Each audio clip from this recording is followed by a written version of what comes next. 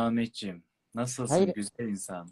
çok teşekkür ederim abicim. Siz nasılsınız? İyi misiniz? Sağlığınız, afiyetiniz İyiyim, yerinde mi? Allah razı olsun. Seni gördüm daha iyi oldum. Çok teşekkür ederim. Allah iyilik, sağlık versin.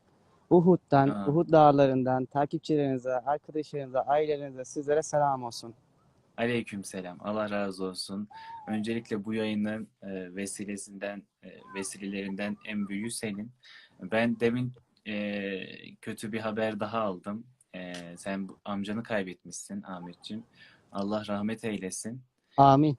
İnşallah Rabbim mekanını cennet bahçelerinden bir bahçe eylesin. Sizlere de sabrı cemiller ihsan eylesin. Amin. Allah razı olsun. Sizin de başınız sağ olsun. Allah razı Umre olsun. Yok, arkadaşınızı bizim hastamız kaybetmişsiniz. var. Bizim hastamız var. Ha, İnşallah hastanız var. Allah'ım versin. şifa versin inşallah. Amin. Amin amin. Hani Peygamber Efendimiz sallallahu aleyhi ve sellem bir sözü var ya, kimin gibi sıkıntısı varsa Uhud'a gitsin. Seyyid-i Şuhada Hamza Efendimiz'e gitsin. Biz de Uhud'a geldik inşallah. Hepimiz sıkıntılıyız. İnşallah şehitlerin suyun yüzünün hürmetine Rabbimden sabır ve sağlık dileriz inşallah. İnşallah güzel Amin. olacak Rabbim nasip ederse. Ee, Rabbimden hayırlısını dilerim abim benim. Değil mi? Efendimiz sallallahu aleyhi ve sellem de canı sıkıldıkça sıkça ziyaret ettiği Uhud şehitliği, Uhud Dağı.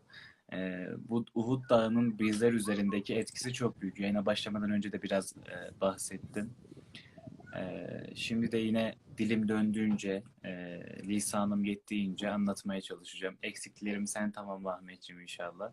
Sürçülisanı da Estağfurullah. Estağfurullah. yayındakilerden de affolsun inşallah. E, İnşallah. Uhud Dağı bizim için çok önemli. Müslümanlar için çok önemli. Uhud Cennet Dağı dağıdır. Cennet Dağı'ndan biridir. Hadis-i şeriflerin birinde öyle söylüyor Allah Resulü. E, Ve diyor ki Uhud öyle bir dağdır ki o bize muhabbet eder, biz de ona muhabbet ederiz diyor. Sonra bir görüşe göre Uhud Dağı'nın dağların en faziletlisi olduğu söyleniliyor. Yani Uhud'la alakalı çok şeyler var ama benim için Uhud Dağı'nın en büyük özelliği orada birçok sahabe efendilerimizin yatıyor olması her şeyden önce. Çünkü Müslümanların kaybettikleri ilk savaşlardan birisi de Uhud Dağı'nda gerçekleştirilmiştir. Birçoğunuz biliyordur Uhud Savaşı'ndaki muhaberenin sonucunu. Ben böyle çok ufak sizleri sıkmadan böyle güzel bir şekilde anlatmak istiyorum. İnşallah yorumları da kapatacağım. Arkadaşlar sizler de böyle canı gönülden dinlerseniz, canlı gönülden anlamaya çalışırsanız gerçekten Uhud Dağı'nın ne kadar faziletli olduğunu göreceksiniz. Biz Medine'deyken, öncelikle Uhud Dağı nerede? Onu söyleyelim. Uhud Dağı Medine'de arkadaşlar.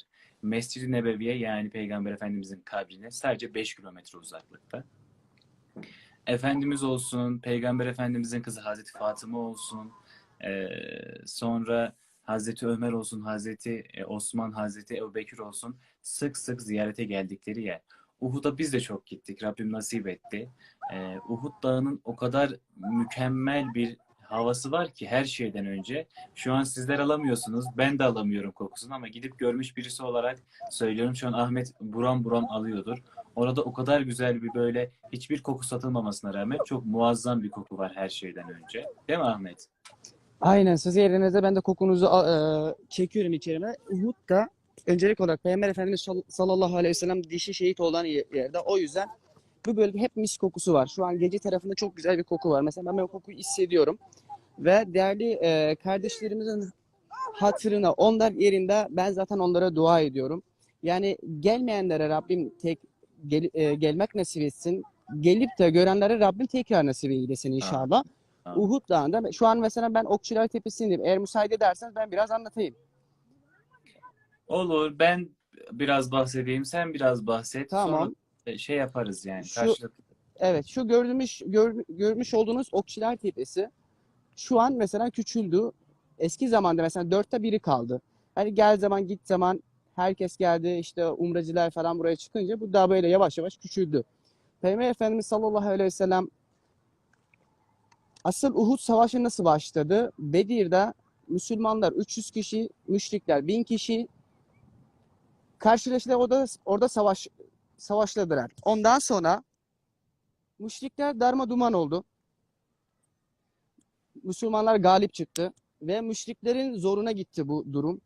Ondan sonra onlar tekrar Mekke'ye döndü. Mekke'ye dönünce bu sefer onlar dedi ki biz gidip dedim Muhammed'i öldürürüz ve Medine'yi de darma duman ederiz. İşte mallarını, bahçelerini, her şeyini alırız. Ve hazırlık yaptılar. 3000 kişi orduyla Müslümanlar 1000 kişi ordusu vardı. Hazreti Abbas Peygamber Efendimiz sallallahu aleyhi ve sellem amcası Mekke'deydi. Peygamber Efendimiz sallallahu aleyhi ve sellem'e bir mektup yazdı. Dedi ki işte müşrikler hazırlık yapıyor. Mekke'ye geliyorlar. Sizlerle savaşacaklar. Ve Peygamber Efendimiz sallallahu aleyhi ve sellem bu durumda hemen sahabeleri topladı ve istişare hayatını topladı. Ve dediler ki ne yapmalıyız? Medine'nin içinde kalıp da burada mı savaşalım ve dedi meydana çıkıp da meydana savaşalım. Bu durumda dedi ya Resulullah siz ne dersiniz? Dedi ki ben evlerimizde kalsak buradan mesela Medine'nin etrafını böyle çember tutalım. Bunu daha hayırlı görürüm. Ama sahabeler dedi ki yok ya Resulullah biz meydana çıkacağız, savaşacağız. Peki dedi. Peygamber Efendimiz sallallahu aleyhi ve sellem içeri girdi ve zırhını giydi. Hazreti Ebubekir Efendimiz ve Hazreti Ömer Efendimizin şeyiyle, yardımıyla zırhını giyince bu sefer dışarı çıktı. Ama sahabaların büyüklerinden birkaç tanesi dedi ki ya dedi siz Peygamber Efendimizin dediğini neyi tutmadınız dedi. Peygamber Efendimiz sallallahu aleyhi ve sellem hayırlısını bilirdi dedi. Siz neyi dedi Peygamber Efendimiz'i dinlemediniz dedi. Bu sefer de sahabeler Peygamber Efendimiz sallallahu aleyhi ve sellem dışarı çıkınca ya Resulullah dedi. Sen hayırlısını senin dediğin olsun dedi. Hayırlısını sen bilirsin dedi. Böyle yapalım. Hayır. Efendimiz sallallahu aleyhi ve sellem zırhını giydikten sonra o zırhı tekrar çıkartmadı. Çünkü bir peygamber zırhını giydi savaşmadan onu çıkartmaz. Ve Aynen. yola çıktılar. Şimdi yavaş yavaş gidiyorum. Etrafı da göstereyim ben. Bu arada arkadaşlar yani Uhud Dağı diyoruz böyle çok çıkılması zor bir yer değil. Yani eskiden eminim daha zordur ama şu an orada Medine'nin çok büyük bir e, su hattı geçiyor. Zaten şu anki yeri de bayağı düzenlenmiş hali. Yani şu an dağın da Ahmet'in de dediği gibi 1/3 kalmış. Yani çok rahatlıkla çıkabileceğiniz bir dağ. Peygamber Efendimiz sallallahu aleyhi ve sellem ordusuyla şu yoldan geldiler. Görüyorsunuz zaten minaraları. Şu yoldan geldiler. Burada 2 tane mescit var. Bir yerde oturdu, dinlediler. Diğer mescitte de namaz kıldılar. Diğer mescitin ismi Mustarah Mescidi. Orada namazını kıldılar. Sonra geldiler. Müşriklerin sırtı bu taraf Mekke yoluna doğru. Müslümanların sırtı Uhud Dağı'na doğru. Burada meydanda, savaş meydanında topladılar. Peygamber Efendimiz sallallahu aleyhi ve sellem 50 tane okçuyu bu tepenin görmüş tepenin Okçular Tepesi'ne yerleştirdi. Ve bu okçuların komutanı başında Abdullah bin Cüveyr vardı. Komutasında Peygamber Efendimiz sallallahu aleyhi ve sellem bunlara emir etti. Dedi ki Müslümanları dedi etleri böyle lime lime olduğunu görseniz dedi ta benden haber almadan bu tepeden inmeyeceksiniz. Ondan Evet sonra Ertuğrul. Bu tepe Okçular Tepesi. Savaşın Okçular olduğu Tepesi. yer, savaşın olduğu yer Ahmet gösterirsen Şu taraf efendim bu kısım. şu kısım. Bu kısım arkadaşlar. Peygamber Efendimiz Ahmet'in de dediği gibi 50 tane okçuyu buraya yerleştiriyor. Diyor ki savaşın sonucu ne olursa olsun biz kaybetsek de kazansak da buradan kesinlikle ayrılmayacaksınız. Hatta diyor ki bizim etlerimizi yabani hayvanlar, kuşlar bile ağızlarında ısırdıklarını görürseniz dahi burayı terk etmeyin diye baştan Peygamber Efendimiz bu şekilde sert bir şekilde uyarısını yapıyor. Savaş da zaten bize doğru yani biz kazanıyoruz. Düşünün ki 700 kişilik bir Medineliler var, Müslümanlar. Ama 3000 kişilik Mekkeli müşrikleri bertaraf ediyorlar. Savaş bizim aleyhimize oluyor. Ondan sonra e, savaşı kaybettik. Yani biz kazandıktan sonra Mekkeli müşrikler savaş etrafında böyle değerli eşyalarını bırakıp kaçmaya çalışıyorlar Mekke'ye doğru. Burası Medine'de arkadaşlar. Tekrardan söylüyorum. Peygamber Efendimizin Mescid-i Nebevisine 5 kilometre uzaklıkta. Müşrikler Mekke'den geliyorlar. Sonra savaş bizden yana dediğim gibi Müslümanlardan yana ama müşrikler savaşın Uhud'dan sonra kaçmaya başladıklarında değerli eşyalarını böyle ortada bırakınca burada kalan Okçular Tepesi'ndeki 50 tane okçu nefislerine yenik düşerek oradaki eşyalara sahip olmak amacıyla bu Okçular Tepesi'ni bırakıp herkes meydana doğru koşuyorlar. Bunu fırsat bilen zaten Halid bin Velid önceden bu Okçular Tepesi'nin tam gerisinde, onlar da hilal şeklinde pusudalar. Halid bin Velid o zaman Müslüman değil tabii ki. Sonradan Müslüman oluyor Halid bin Velid. Buranın arka tarafında böyle hilal şeklinde Müslümanların Okçular Tepesi'ndeki okçuların orayı terk etmesini bekliyorlar. Terk edince tamamen Halid bin Velid 200 kişilik süvari ordusuyla beraber yukarı çıkıyorlar Okçular Tepesi'nin olduğu yerden. Medinelileri, Müslümanları orta yerde tabiri caizse kapana kıstırıyorlar. Ahmet'in en başta söylediği gibi Allah Resulü'nün dişinin kırıldığı yer, alnının hatta yarıldığı yer burasıdır arkadaşlar. Bu meydanda Peygamber Efendimiz e, yaralanıyor. E, Onun peşine artık çünkü çok azınlık kaldılar Müslümanlar. Peygamber Efendimiz'i böyle korumaya çalışıyorlar. E, Ondan sonra sen birazcık Ahmet bahset. Ben sonra tekrar alayım. Ve ondan sonra şöyle söyleyeyim. Savaş Müslümanlar biliyorsun Arapların daha önce şöyle bir şeyleri vardı. Şöyle bir adetleri vardı. Tek tek çarpışırlardı. Hazreti Hamza Efendim sallallahu aleyhi ve sellem meydana çıktı ve savaşladılar. Hani biliyorsun onların müşriklerin yani sancağı tutan kişiyle mesela savaşa girdi. Onu öldürdü, sancağı diğeri aldı. Diğer sahabe onu öldürdü, sancağı diğeri aldı. Diğer sahabe onu öldürdü, sancağı diğeri. Bu sefer bunlar korktular, geriye çekildiler. Ve geriye çekilince efendim Müslümanlar yani şöyle savaşı biz kazandık diye şöyle Efendimiz'den haber almadan bu okçular buradan indi az önce dediğim gibi işte ganimetin peşinde aşağıya indiler. Ve arkadan tekrar gelip de buradan şu arkadan dolanıp tekrar Halid bin Velid komutasında işte 10 tane okçu şu yukarıdaydı. Şu bir bulunduğu nokta var ya Okçular Tepesi. Bu 10 tane okçuyu öldürdü ve 70 tane sahabeyi o gün şehit oldular. Hazreti Hamza Efendimiz de o gün bu meydanda şehit oldu. Yalnız şu gördüğünüz vadi var. Batman Vadi diyor. Daha önce mesela 70 tane sahabi şehidi burada defnedilmişti. Ama sonradan bir sel felaketi oldu. O yüzden sel felaketi olunca bak şu gördüğünüz vadi, Batman Vadi diyor buraya, tamam mı? Peygamber Efendimiz sallallahu aleyhi ve sellem ashabıyla geldi. Çünkü bazı sahabilerin şeyi gözüküyordu. Cisimleri gözüküyordu. Buradan şehitleri alınca Cennet-ül Bakiye'ye götürecekti. Bir baktı arkasında Uhud daha Cennet-ül Bakiye'ye doğru yaklaşıyor. Bu sefer dedi ya Uhud neden yerinde durmuyorsun? Dedi ki şehitlerimi benden alıyorsun dedi. Şehitlerimi benden alma. Peki sana dedi Musab bin Umayr'ı bırakıyorum. Sana Hazreti Hamza'yı bırakıyorum. Sana Abdullah bin Ceş'i bırakıyorum.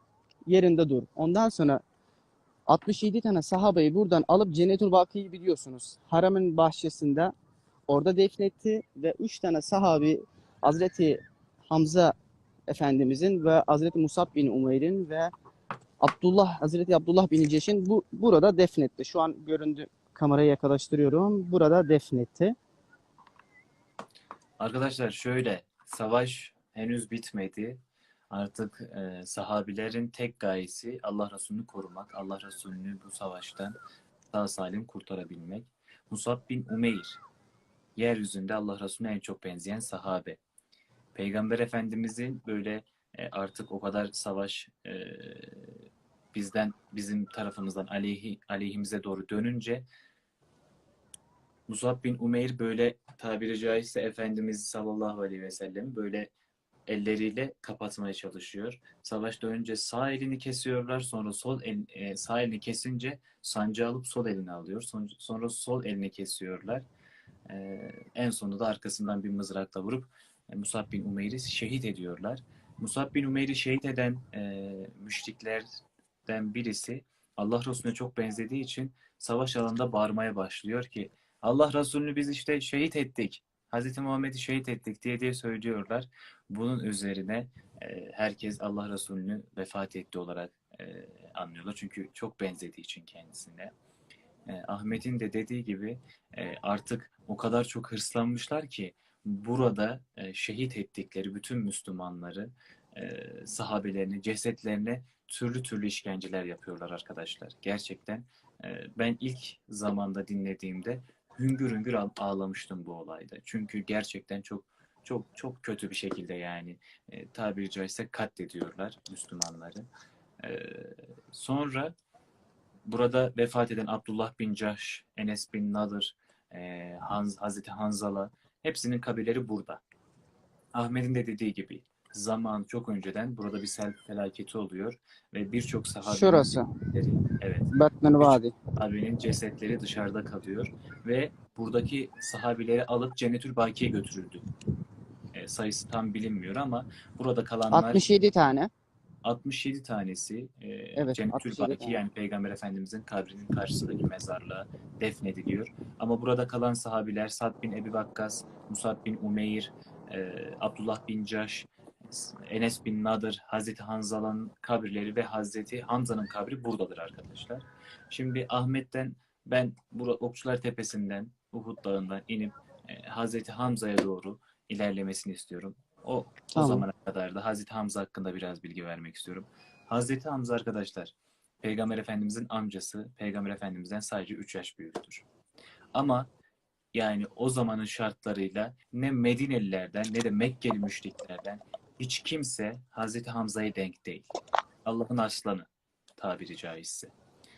Ee, Peygamber Efendimiz Müslümanlığı kabul edince o sene içinde sadece 40 kişiyken Hazreti Hamza'nın Müslümanlığı kabul etmesinden sonra 1000 kişi birden artıyorlar Medine'de.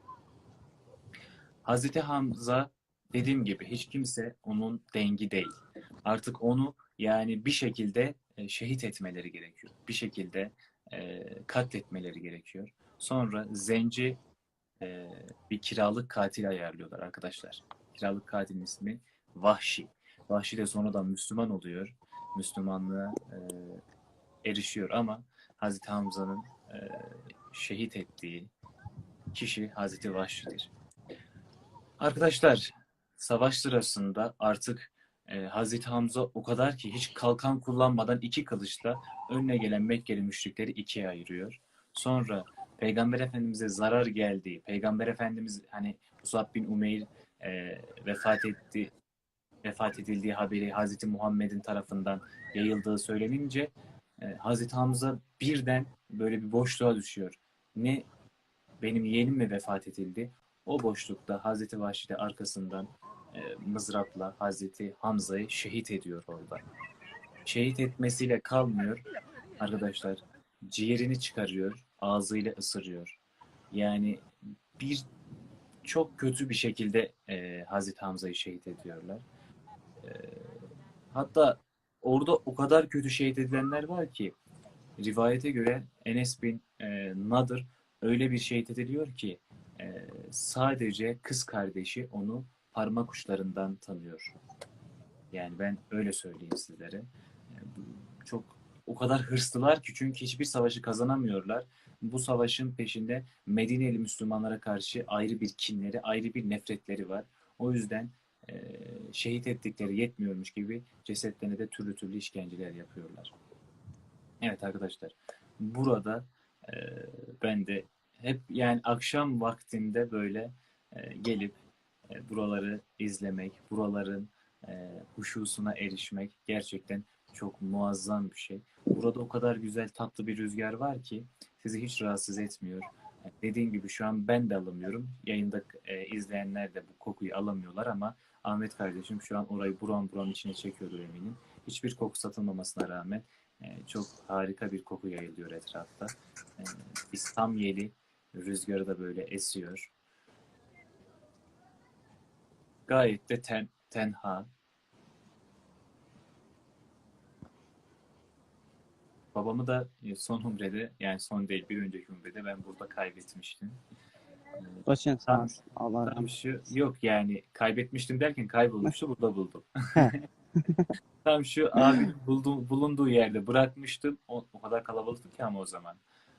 Böyle aradık, aradık, aradık, aradık, bulamadık. Sonra babam da korkmuş. Hani bizden kimseyi göremeyince hiç ayrılmamış oradan. Sonra gelip tekrardan babamı buldu. Evet arkadaşlar, bu Esselatu gördüğünüz vesselamu yer aleyke ya seyyidil Hamza. Esselatu vesselamu aleyke ya seyyidil Hazreti Şuhada. Hamza'nın Esselatu vesselamu kabri aleyke. şerifi arkadaşlar burası.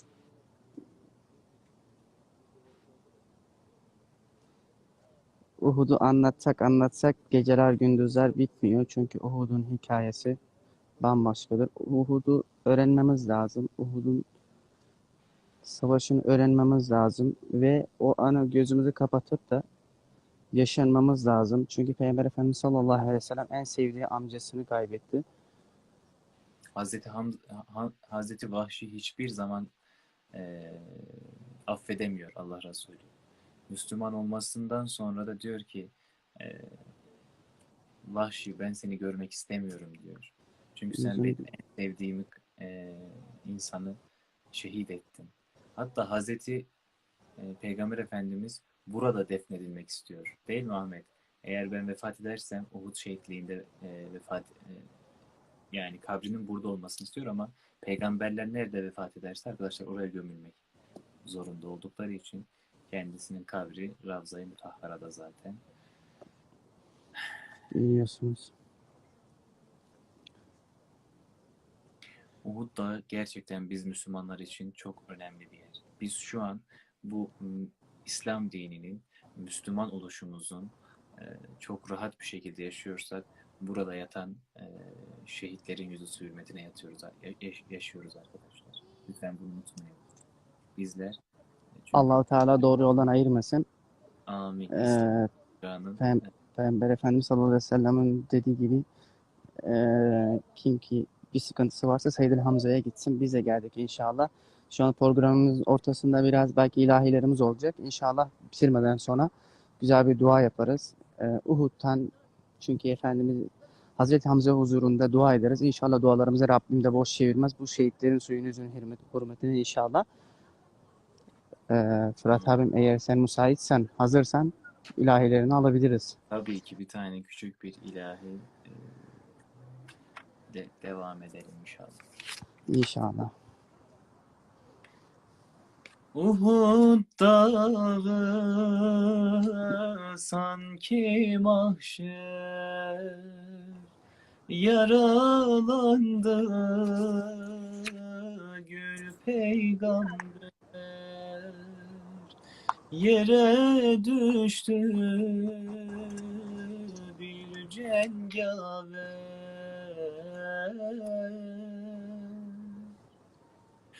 Oy Hamza, nasıl kıydılar sana can Hamza. Düştün kara toprağa, oy Hamza. Uhud ağladı sana Hamza. Can Hamza, kanın düştü toprağa, oy Hamza. Can dayanmaz acına, can Hamza. Resul ağladı sana Hamza. Şehit oldu gül goncası, Resulümün can amcası, müminlerin dinmez yası.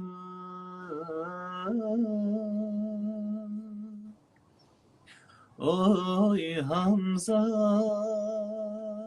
nasıl kıydılar sana can Hamza. Düştün kara toprağa, oy Hamza.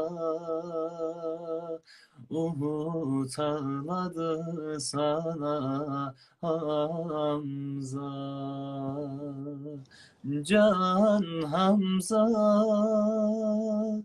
kanın düştü toprağa, oy Hamza. Can dayanmaz acına, Can Hamza. Resul ağladı sana Hamza.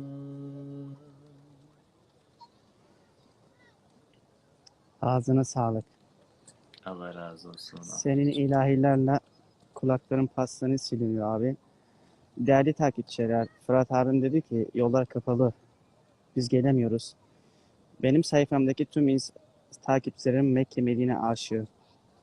Gecenin bu saatinde kalkıp da size program ayarlıyor. Çünkü sizlerin dualarınızı almak istiyor ve sizlerin rızalarını kazanmak istiyor. Çünkü Rabbimin rızasını kazansın.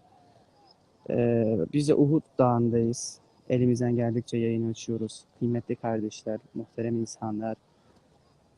Rabbim senden razı olsun Fırat abicim. Cümlemizden Ahmetciğim. Allah senden de razı olsun bu güzel işe. Senden de abim benim. Sen de benimle beraber vesile oluyorsun.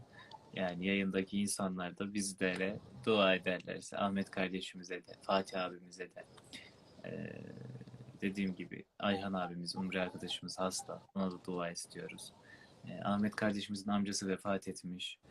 Yayından sonra zaten en son hem Uhud şehitlerimize hem de tüm ölmüşlerimize birer Fatih okursunuz. Bu lütfu esirgemezsiniz biliyorum. Ee, O yüzden kesinlikle hem bu sayfayı da takip edin. Zaten sık sık yayınlar yapıyoruz bu sayfada. Ee, Allah razı Elimiz olsun. düştüğünce, dilimiz döndüğünce sizlere bir şekilde Uhud'u anlatmaya çalıştık. Ben Uhud'dayken yani biliyorsunuz bir zamanlar ilahisinde çok okuyordum. Ben de çok beğeniyordunuz. Hazreti Hanzala'yı anlatmadan geçemeyeceğim. Hazreti Hanzala'yı aranızda bilenler vardır. Osman hoş geldin bu arada canım benim. Bilenler vardır, tanımayanlar vardır. İnanın ben de çok geç tanıdım kendisini. Ee, Rabbim bizleri şefaatlerine nail eylesin. Bizleri Amin. Uhud'daki şehitlerle beraber haşreylesin inşallah. Bu dua Amin yapalım. inşallah.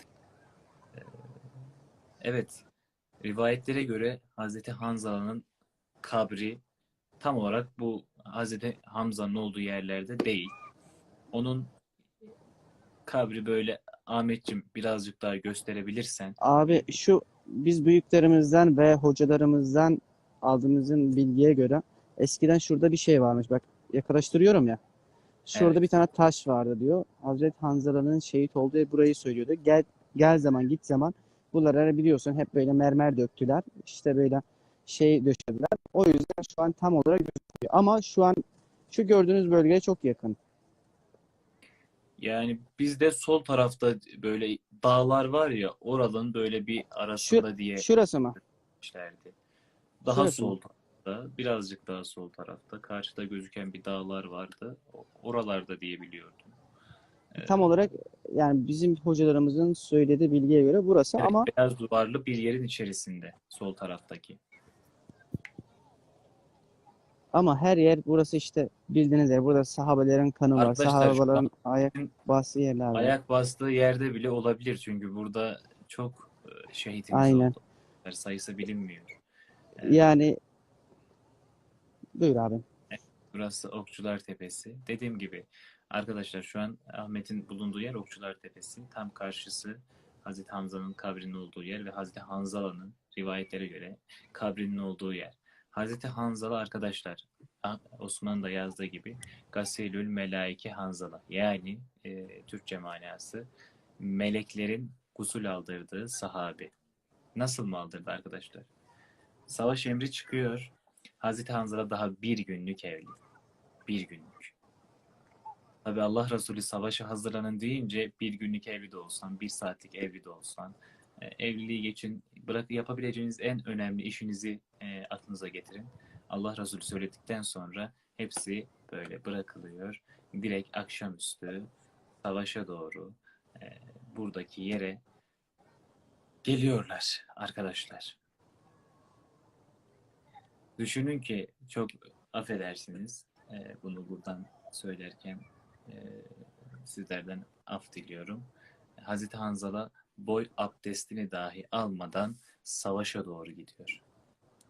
Savaş bitiyor. Müslümanlar kaybediyorlar savaşı. Kaybedince herkes işte kalan Müslümanlarla beraber Medine'ye dönüyorlar. Tabii şehitlerin bütün yakınları Allah Resulü'nün yanına geliyor. Kimisi babasını, kimisi işte kardeşini, kimisi eşini, kimisi oğlunu aramak için e, Allah Resulü'nün yanına geliyorlar.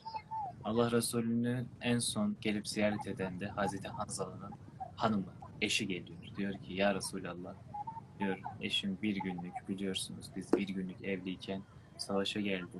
Yalnız birçok sahabi dönerken benim eşim dönmedi diyor. Allah Resulü hüzünleniyor tabii ki bu durumda. Diyor ki savaşta şehitlik mertebesine ulaştı diyor Hazreti Hamza. Eşi tabii ki orada kendisi çok hüzünleniyor, ağlamaya başlıyor. E, Bunun üzerine diyor ki ya Resulallah utanarak sizlerden bir şey söylemek istiyorum. Lütfen aramızda kalsın diyor. Allah Resulü tabii buyur diyor. Diyor ki ya Resulallah bildiğiniz üzere e, biz bir günlük evliydik. Hazreti Hanzala boy abdestini dahi almadan savaşa sizin emrinizle katıldı diyor. Lütfen oradaki sahabilere söyleyin de Hazreti Hanzala'nın cesedini bulsunlar. Ona e, yıkayıp öyle defnetsinler diyor. Allah Resulü'nün sözü çok arkadaşlar böyle etkileyici. Diyor ki sen içini rahat tut diyor. Ben Hazreti Hanzala'yı rahmet sularıyla meleklerin yıkadığını gördüm diyor. Hanzala'yı rahmet sularıyla melekler yıkayıp arşa çıkardığını gördüm diyor arkadaşlar. Hazreti Hanzala çok değerli bir sahabi. Bugün sadece sizlere birkaç sahabeden bahsettik. Musab bin Umeyr dedik. Allah Resulüne en çok benzeyen sahabi. Sa'd bin Ebi Vakkas dedik. Abdullah bin Cahş dedik. Enes bin Nadır dedik. O kadar kötü şehit ediliyor ki parmak uçlarından sadece kız kardeşi tanıyor kendisini. Şimdi Hazreti Hanzala'dan bahsettik. Hazreti Hanzala'da dediğim gibi meleklerin gusül aldırdığı sahabi olarak aklınızda kalır. Şu an 2500 kişi var. İnşallah bu 2500 kişiye Hazreti Hanzala'yı anlatabilmişizdir. Dilimiz döndüğünce, lisanımız yettiğince peşine de Hazreti Hanzala'nın ilahisini okumak istiyorum izniniz olursa. Evet, Bunun peşinde isteyenler yavaş bayağı var. Buyurun. yavaş yavaş zaten programımızın sonuna geliriz. Bugünlük e, Hazreti Hanzala ilahisiyle devam edelim inşallah. Medine'nin fakiriydi, gönüllerin zakiriydi. Resulullah'ın yareniydi. Oy Hanzala, vay Hanzala. Resulullah'ın yareniydi. Ay Hanzala, vay Hanzala. Uhud'a önde giderdi. Ente Resulullah derdi. Resulunu çok severdi. Oy Hanzala, vay Hanzala. Oy Hanzala, vay Hanzala. Resulunu çok severdi. Ay Hanzala, vay Hanzala. O meydanda şehit oldu. Resulün gözleri doldu. Melekler şahidi oldu. Oy Hanzala, vay Hanzala. Melekler şahidi oldu. Ay Hanzala, vay Hanzala. Uhud'a önde giderdi. Ente Resulullah derdi. Resul onu çok severdi. Ay Hanzala, vay Hanzala. Oy Hanzala, vay Hanzala. Resul onu çok severdi. Ay Hanzala, vay Hanzala. Diyelim. Ağzına sağlık hocam. Rabbim Allah bizleri razı olsun. şefaatlerine nail eylesin. Ahmetciğim, Allah Amin. senden razı olsun. Yayına katılan, yayınımız çok şükür bugün 2500'den aşağı düşmedi. İnşallah yine güzel yayınlarda, siz değerli insanlarla bir arada tekrardan buluşmak ümidiyle. Ahmetciğime de çok dua edin. Belki evi uzaktadır. Bugün bu saatte bizim için geldi buraya. Yaklaşık 40 dakikadır yayın yapıyoruz. Bizleri oraları gösterdiği için Allah razı olsun Ahmetciğim. Tekrardan başın sağ olsun. Ahmet'in amcasının en başta tabii ki bizim en sevgilimiz Peygamber Efendimiz sallallahu aleyhi ve sellemin başta ruhu olmak üzere Uhud şehitliği, Cennetül Baki, Cennetül Mualla şehitlerinin, vefat edenlerin ruhu olmak üzere, Ahmet kardeşimizin amcasının ruhu başta olmak üzere ve bütün ölmüşlerimizin bir Fatiha'ya muhtaç olan bütün Müslüman din kardeşlerimizin eli taş altında kalmış, nesli kesilmiş, asılları unutulmuş, bir Fatiha'ya dahi muhtaç olan bütün Müslüman din kardeşlerimizin ruhu için, Allah rızası için El Fatiha Katemas Salavat.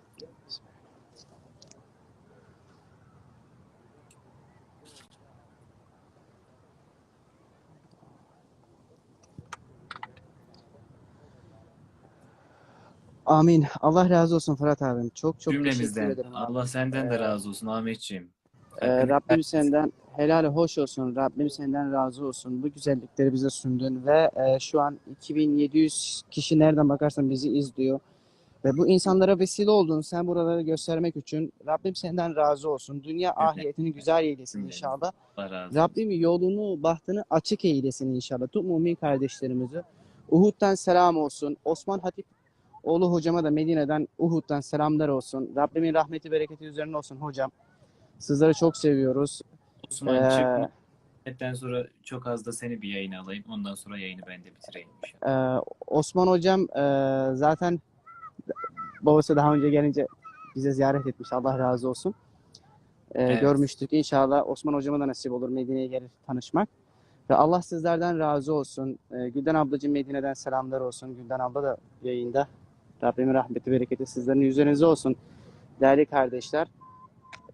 Uhud çok güzel. Uhud bizi sever, biz de Uhud'u severiz. Peygamber Efendimiz sallallahu aleyhi ve sellem'in sözünün üzerine geldik. Ya Seyyid-i Hamza, ya Seyyid-i Şuhada. Sıkıntılarımız var, hastalarımız var. Senin suyun yüzün hürmetine Rabbimden sağlık, şifa dileriz. Rabbim hasta olanlarımıza şifa, dertli olanlarımıza derman, sıkıntısı olanlara ferahlık nasip etsin inşallah. Amin. Gelmek isteyenlere Cenab-ı Hak herkese tekrar nasip eylesin inşallah. Amin. Ve gelip de bu güzellikleri yaşamak lazım. Belki arkadaşlar biz tam olarak anlatamadık, dilimiz dönmedi ama hakkınızı helal edin. Fırat abimden Allah razı olsun. Ene de güzel anlattı. bence. Rabbim razı olsun. Cümlemizden. Dilimizden Şu an bize düşmeyen. yorum yazanlar kardeşlerimizin dualarını yazmış, dua olarak yazmış yorumunu. Allah'ım ne istiyorsa onlara nasip eylesin inşallah. Amin. Dualarını işte yazıyor. Rabbim sen bilirsin, sen Gafurur Rahim'sin. Onların dualarına sen lütfet, buyur ya Rabbi. Gafurur Rahim sensin. Bizim günahımız var. Yüzümüz yok ama senin müjdelendiğin Seyyid-i Şuhada, şehitlerin efendisi Hazreti Hamza suyun yüzün hürmetine dualarını kabul eyle. Bu güzel kardeşlerimizi, bu muhterem kardeşlerimizi.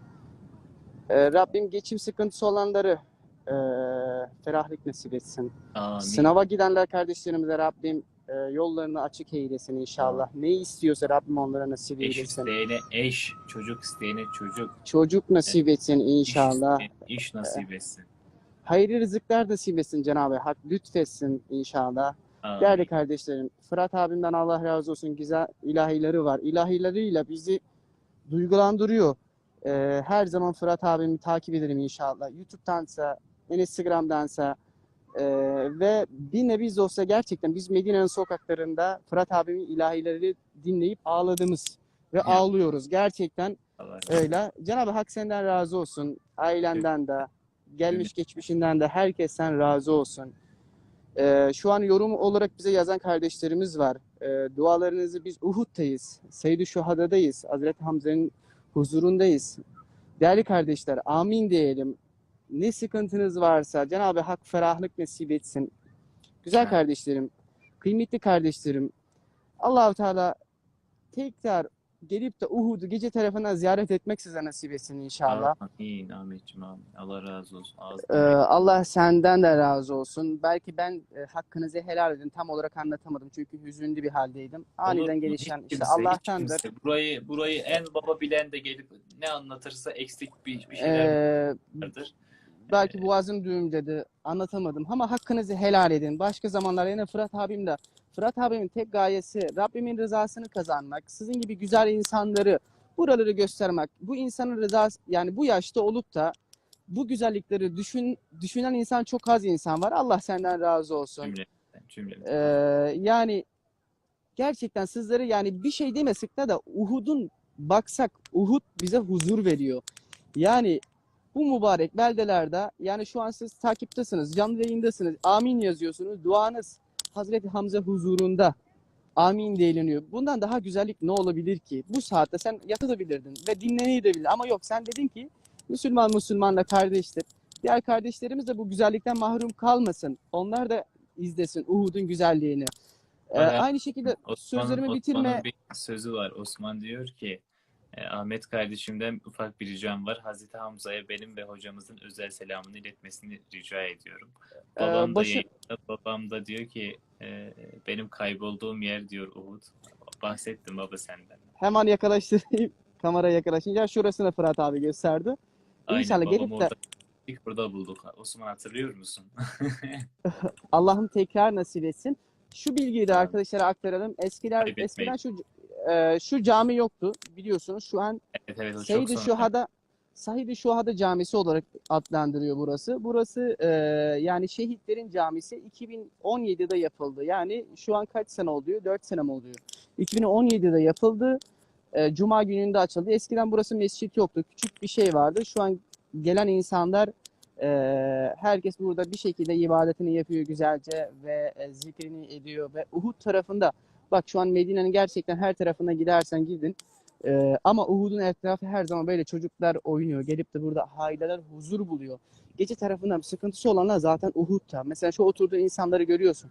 Bunlar bu saatte gelip de Uhud'un Seyyid-i Şuhada'da burada huzur buluyor. Peygamber Efendimiz sallallahu aleyhi ve sellem de bir rivayete göre gece tarafında Uhud'u geliyordu ziyarete. Ve Uhud'u biliyorsun cennetteki dağdır. Allah-u Teala cennete de bizi Uhud'un eteklerine buluşmaya nasip eylesin inşallah. Amin. Uhud öyle bir dağdır ki cennetin yani cennetteki dağ ama aynısı dünyada da vardır. Allah'ım cennete de Uhud'un eteklerine böyle bu şekilde buluşup da ziyaret etmeyi bizlere nasip eylesin. Amin. Hep birlikte şu an bayağı yorum yazan var. Kapatmak istemiyorum çünkü Fırat abim hakkını helal et. Bu arkadaşlarımızın bize gönül koymasın. Bu insanlar bu saatte uymadı. Bizim yayınımızı takip etti ve Uhud'un manzarasını seyretmek istedi. Allah sizlerden de razı olsun. Lütfen bizleri katın duanıza. Büyüklerin duası olsun güzel kardeşlerim. Rabbim gönlünüzden ne geçiyorsa, ne muradınız varsa Rabbim kabul eylesin ve makbul eylesin inşallah. Hakkınıza hayırlı olanlar nasip olsun inşallah sizlere. Bence hoş geldin. İnşallah Osman hocamla da bir gün Rabbim nasip ederse Uhud'dan canlı yayın yapmak isterim ben seve seve. Osman hocam şu an bizi Osman da, izliyor. yani Osman da çok güzel anlatıyor buraları. Zaten Ee, ondan da ondan ufak tüyolar aldım sağ olsun. Osmanlı da yaparsın inşallah. İnşallah Yani burada ne Uhud'u, ne Medine'yi, ne Mekke'yi, ne yani İranur Dağı'nı, ne Sevir Dağı'nı yani böyle anlatmayla, kelimelerle anca sadece şuradaki kalbin ritmini arttırıyorum sizlerin. Yani içinizdeki eğer bir yanan ateş varsa ona bir ufak bir kıvılcım atıyorum ben. Yoksa e, benim haddim değil buraları anlatmak. Gerçekten ne kadar anlatırsam anlatayım muhakkak bir şeyleri eksik bırakacağım için hepinizden helallik istiyorum. Bitiremeyiz buraları arkadaşlar. Bakın ben bile gitmiş görmüş biri olarak defalarca kez nasip etti Rabbim hamdolsun. Ama yani bilmiyorum her defa görüşünde bir insan ilk defa görüyormuş gibi olur mu? Gerçekten öyleyim. Doyulmuyor yani. Gerçekten doyulmuyor. Yani Uhud'a mesela ben akşam saatinde bir gittim, gündüz saatinde bir gittim. Diyorum ki niye ikindi saatinde gitmedim mesela diyorum. Veya akşam saat dediğim şu an mesela 11. Niye mesela 7-8 saatlerinde gitmedim? Yine mesela sürekli bir şeylerden döndükten sonra kendi kendime hayıflanıyorum. Diyorum ki niye bunu şöyle yapmadım? Şu kadar bunu böyle yapabilirdim ama işte sizleri anlatmak istediğim anlıyorsunuz değil mi? Buraları gidip görmeden ne benim ne de bir başkasının anlatmasıyla hiçbir şekilde tatmin olamayacaksınız. Rabbim şu an yine dediğimiz gibi 3000 kişi şu an yayında, 3100 kişi yayında. Canı gönülden amin diyelim de şu sıkıntılı süreçleri bir an evvel atlatalım. Bir an evvel atlatıp bu güzel mübarek yerler için arkadaşlar ilk çare, ilk gayeniz, ilk amacınız ne olursa olsun kutsal beldeleri ziyaret etmek olsun. Sizlerden tek istirhamım. Çünkü bakın şu an parası olanlar dahi gidemiyor. Parayla gidemiyorsunuz arkadaşlar. Önceden de gidilmiyordu. Virüs olmadan önce de gidilmiyordu. Amin. Tamamen burası davet işi arkadaşlar. Daveti olmayan hiç kimse buralara parasıyla da, malıyla da, mülkiyle de gidemez, nasibiyle gider. Ben bunu Amin. yaşamış biri olarak söylüyorum. Yaşamış, görmüş biri olarak söylüyorum. Laf olsun diye kesinlikle söylemiyorum. Sadece en ufak bir örnek vermek istersem benim annem beraber 3 kere Umre'ye geldi. Her defasında annemi Umre'ye götürdüm. Annem bu son Umre. Öyle dua et diye söylüyorum. Ama annem ne oluyorsa her sene nasip oluyordu. Gidiyorduk Umre'ye. Son bir hafta kala e, gelmiyor normalde annem ama son bir hafta kala annem bizimle beraber uçakta. Yani bu nasip iş arkadaşlar. Yani gelmiyorum, nice gelmiyorum diyenleri bizle beraber yola koyduk. Nice gelmek için can atan insanları, ben de dahil olmak üzere, e, çok sebeplerden dolayı gidemeyenleri biliyoruz. O yüzden lütfen sizlerden tekrardan istirham ediyorum. Öncelikle şu sıkıntılı süreçten kurtulmamız için Allah'a böyle samimi bir şekilde yalvaralım. Ve sıkıntılı süreçler er ya da geç inşallah ben inanıyorum bitecek. Bitince de ilk sıranız, birinci gayeniz tamamen kutsal beldeleri ziyaret olmak. Ziyarete gitmek, ziyaret etmek, buraları canlı, kanlı görmeyi nasip etsin Rabbim size. Artık yani başka duam, bugünün duası bu olsun inşallah. Amin inşallah. Amin. Amin. Çok Osman abim de yazmış. Rabbim de bizi buradan mahrum bırakmasın. Gelip de buraları görmek nasip etsin. Tüm ümmet-i Muhammed'i, tüm kardeşlerimizi. Ee, Osman abicim selamını Hazreti Hamza'ya iletirim. Başım gözüm üstünde. Rabbim size ve ailelerinize sağlık, afiyet versin. Güzel Amin. insan. Gerçekten sizin ceddinizden, gelmiş geçmişinizden de razı olsun. Amin. Gerçekten güzel işler yapıyorsunuz. Yani İslam uğruna belki biz Efendimiz zamanında olamadık.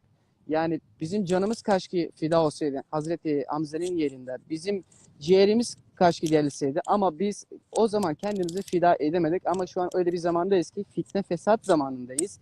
Gerçekten şu an şeytanla baş başa mücadele ediyoruz. Ama şu an nefsimizi eğer koruyorsak gerçekten o zamanki sevabını da aynı Rabbim bize nasip eder. Buna gönülden, kalpten inanarak sizlere bunu söylüyorum. Fırat abicim, benim takipçilerim ve arkadaşlarım, çevrem benden 2 tane ilahi istemişti. Eğer sen müsaade buyur edersen, zamanın varsa almak isteriz. Eğer yok desen de canın sağ olsun. Tabii ki bildiğim Ee, birini senden Ağlaya ağlaya ağlaya ölüm ve ayrılık verme Allah'ım diye ilahisi. evet, diğeri hangisiydi? Ee, Diğeri de giydim beyazları. Her zaman annem seviyor. Benden anneme gelsin ve aileme ve sevdiklerime gelsin. Allah. Fatih abicim Medine'den selamlar. Fatih abim de yayına katıldı. Çok sevdiğim ve çok değerli bir abim. Fatih abimize de Gerçek kucak dolusu selamlar, sevgiler. Allah razı olsun. Gerçekten her zaman geliyor Medine'ye gelince gerçekten Allah ve Resul'ün aşırı bir insan. Harem-i Şerif'ten çıkmıyor. Haremin bahçesinden çıkmıyor. Ben diyor hiçbir şey yemesem, zemzem suyu içsem de bu Ravza'dan çıkmayayım. Rabbim tekrar nasip etsin. Değerli kardeşler, sizin gelmek isteyenlere, herkese ilahini al. Eğer söyleyebiliyorsan abi alırız. Abi, Ondan sonra bugün da inşallah. Uhud yayını yaptık. Uhud, Hazreti Hamzalar. Ben istiyorum ki bugün tamamen Uhud'a yönelik ilahilerimiz olsun. Uhud'da Olur. ilahisiyle inşallah bitirelim yayınımızı. Çünkü senden sonra Osman'da çok böyle ufak almak istiyorum. Çünkü Tamam. 55 dakika yayındayız. E, O zaman Uhud'da ilahisiyle inşallah sonlandırırım. Senin güzel tatlı ailine armağan olsun ve bütün buradaki izleyenlere, 3000 kişiye armağan olsun. Dediğim gibi arkadaşlar, dünya telaşesinden artık omuzunuzu şöyle bir silkeleyin. Bir kendinize gelin. Ee, Bakın kaç yaşındasınız. Şu an burada birden eminim ki yani 80 yaşına kadar e, yaşlarında olan insanlar var ve hepsine sorsanız, 50 yaşındaki teyzeme soracağım nasıl geçti 50 sene, diyecek ki inanın hatırlamıyorum. Ben bile 23 yaşındayım. 23 yaşıma nasıl geldiğimi inanın sorsanız derim ki dün gibiydi daha ya. Daha çocuktum ama nereden bu yaşıma geldim? Herkes böyle. 35 yaşındakine de sorsanız aynı şekilde diyecek. Dünya telaşesinden artık arkadaşlar silkinin gerçek ebedi hayatımız var. Lütfen bunu unutmayalım. Ve Hutta ilahisiyle sizleri baş başa bırakıyorum inşallah. Buyurun. Uhud dağı, yandı yüreğimin bağı. Uhud dağı, yandı yüreğimin bağı. Şehit ettiler Hamza'yı, Hamza nerede Uhud dağı? Şehit ettiler Hamza'yı, Hamza nerede Uhud dağı? Yani ciğerim ciğerim, gökte melekler inledi. Muhammed'im ne söyledi? Hamza nerede Uhud dağı? Uhud kazasına varan peygamberi ahir zaman. Uhud kazasına varan peygamberi ahir zaman. Amcası Hamza pehlivan, Hamza nerede Uhud dağı? Amcası Hamza pehlivan, Hamza nerede Uhud dağı? Yani ciğerim ciğerim, gökte melekler inledi. Muhammed'im ne söyledi? Hamza nerede Uhud dağı?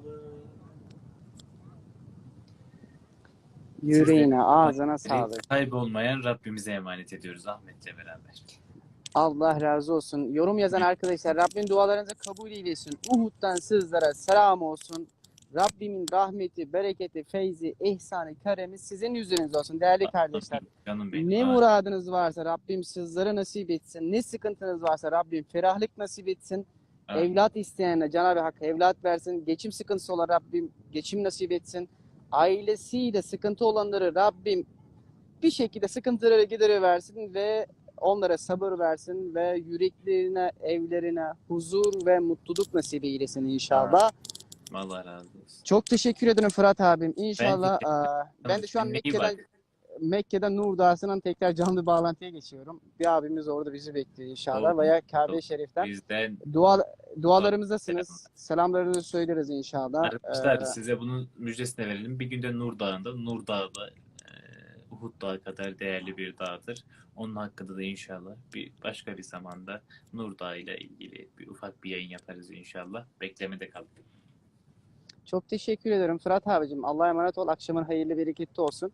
Görüşürüz canım benim. Kendine iyi bak. Görüşürüz. Sağ olasın. Selametle.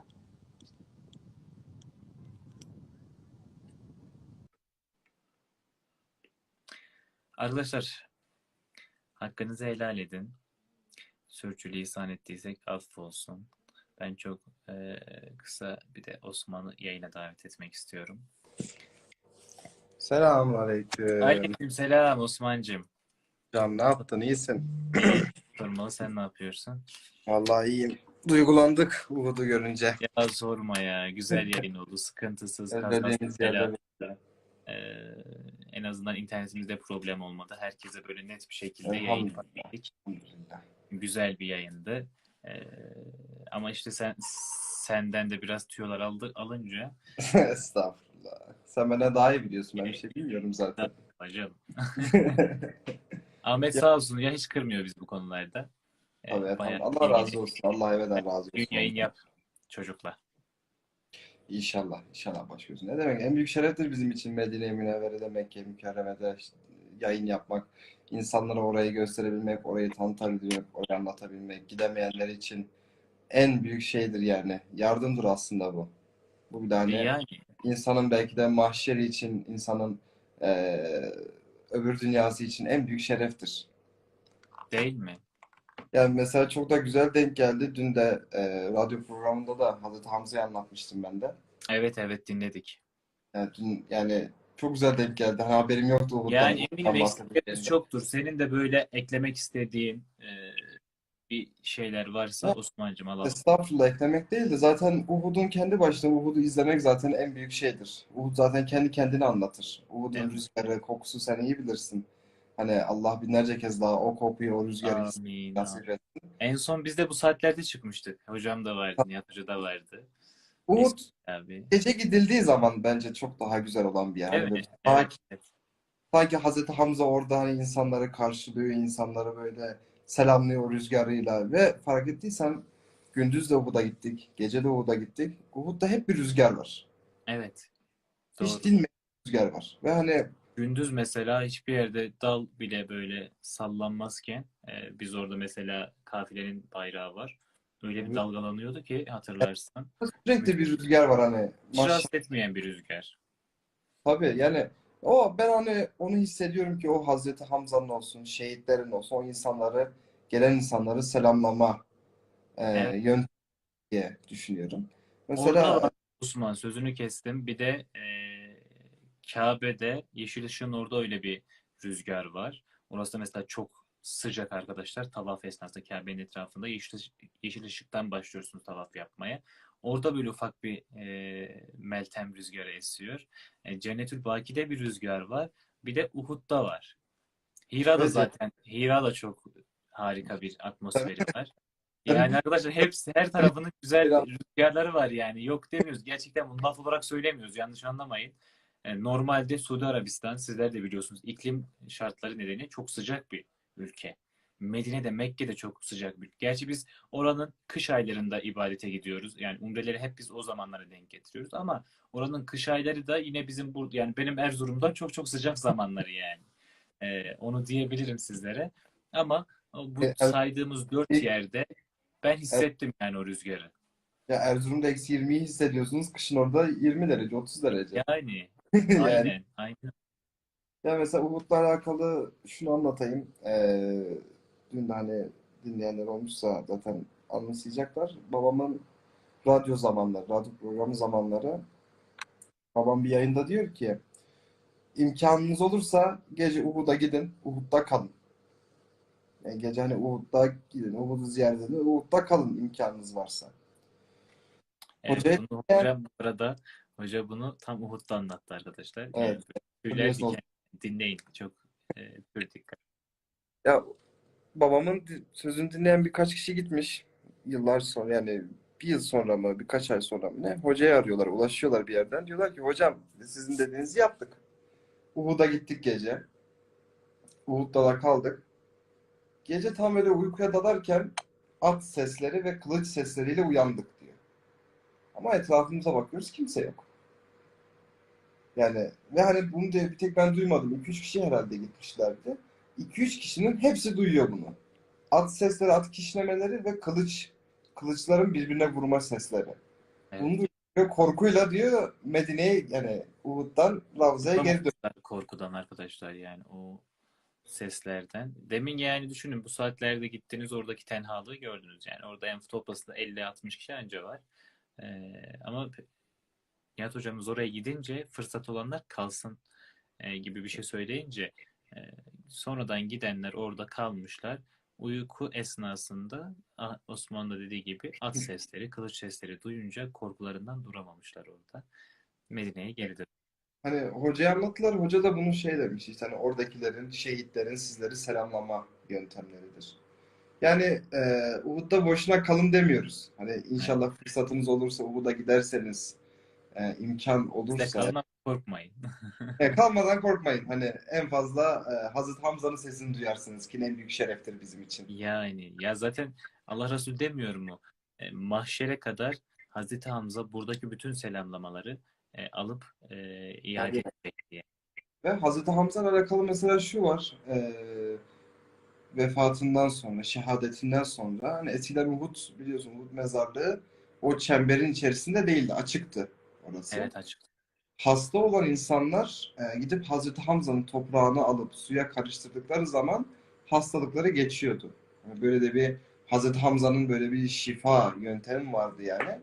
Tabii artık belli bir süreden sonra hani oranın etrafını kapattılar. Ki biliyorsun Uhud mağarası da şu an kapalı. Uhud mağarasına da Tabii hep girilmiyor. kapalı. Zaten şu an oradan parça toprak, taş götürmek de çok doğru Caiz değil değil. zaten dinen caiz değil. Çünkü Uhud'un Aynen. toprağı Uhud'a aittir.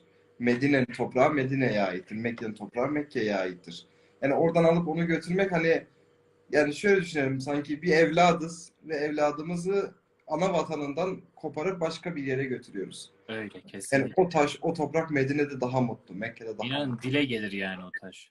Arkadaşlar hiç Yani yani biz boşuna şunu demiyoruz. Ya Rab keşke Hazreti Peygamber'in ayağındaydı bir toz parçası, bir toprak, taş parçası olsaydık diye boşuna demiyoruz. O taşların hani orada onların ayağına değdiği için mutlulukları var yani. Hani onları oradan kopartmanın bir anlamı yok. Ben kesinlikle. babama demiştim, baba demiştim hani Uhud'dan ya da Mekke'den, Medine'den bir toprak götürelim eve hatıra olarak. Bana demişti ki oranın Hocam toprağını buyur. götürürümdür. Hep Hocanın ben verirdi. ağzından da duydum bunu. Yani buradan taş, toprak vesaire hiçbir şey alınmaz demişti.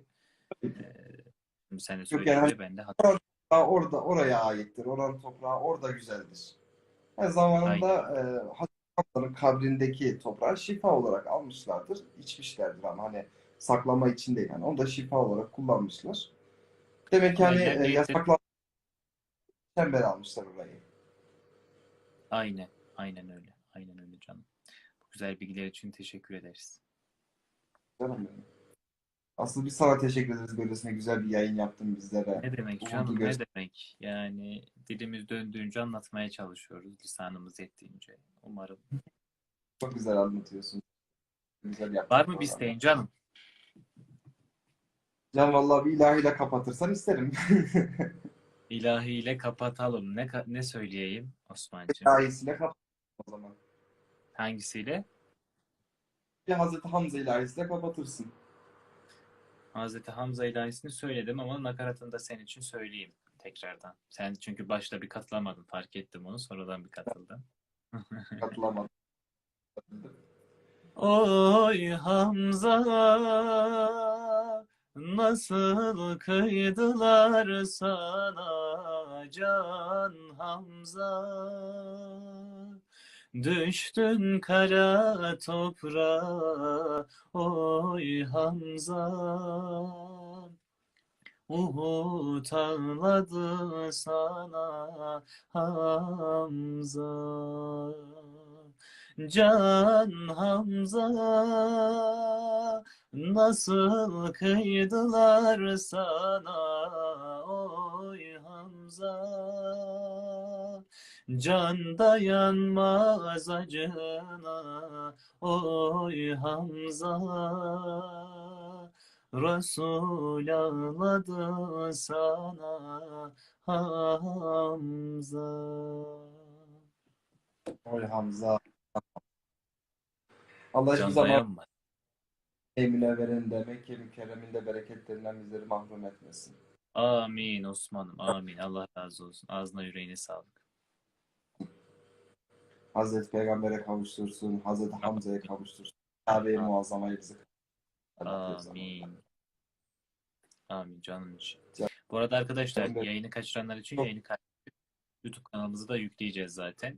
Kaçıranlar tabii ki buradaki heyecanla sonradan izlemenin heyecanı bir olmayacak ama artık tekrardan izlemek isteyenler için de YouTube'da tekrardan paylaşım yapacağız inşallah. Osman'ım teşekkür ederim canım benim. Gecen hayırlı olsun. gecen hayırlı olsun. Kendine Seni iyi bak. Allah'a emanet Çok ediyorum. selamlar. Görüşürüz inşallah. Görüşürüz canım benim. Arkadaşlar sizleri seviyorum. Geç oldu. Hakkınızı helal edin. 70 dakikadır yayın yapıyoruz. Bir saate aştık. Tekrardan sürçülisan ettiysek affolsun. Kendinize çok iyi bakın. Herkese hayırlı geceler.